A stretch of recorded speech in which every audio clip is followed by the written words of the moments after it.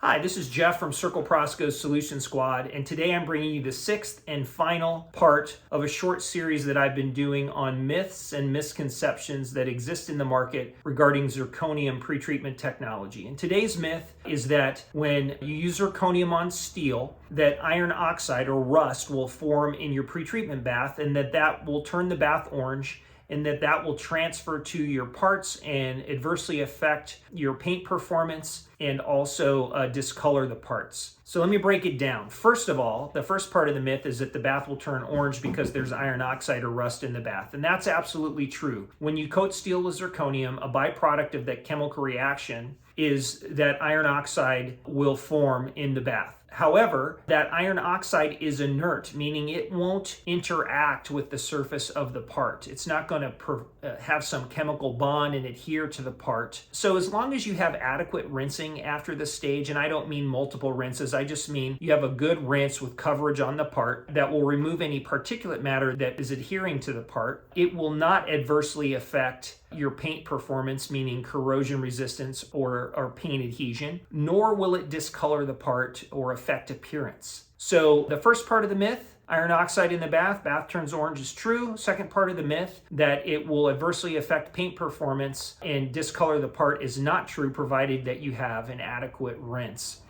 Now, how do you deal with it, or how do customers deal with it? We've seen three primary approaches. We have a very large customer that takes the first approach, was just let it be, to leave it alone. They've run a zirconium bath for over a year and a half without dumping it. It's orange because it's got iron oxide in it, and that has not adversely affected their performance at all or discolored their parts. And they happen to have a very high appearance specification for their parts. The first alternative is you leave it alone. The second alternative is you filter it. So you just use a simple bag filter, and that will filter out the iron oxide particles. It'll keep the bath from becoming orange. You don't have to worry about the particles in there and making sure you rinse them off. And the third thing is, rather than filters, some customers like to use permanent magnets, large permanent magnets that will kind of grab the iron oxide, kind of like iron filings or whatever on your magnet when you were a kid.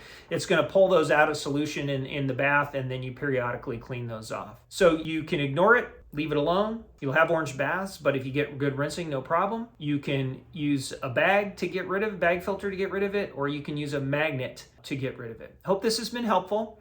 If you have any questions about this myth or zirconium in general, or in fact anything about pre-treatment and paint line operations, feel free to contact me or one of the members of the Solution Squad. Take care.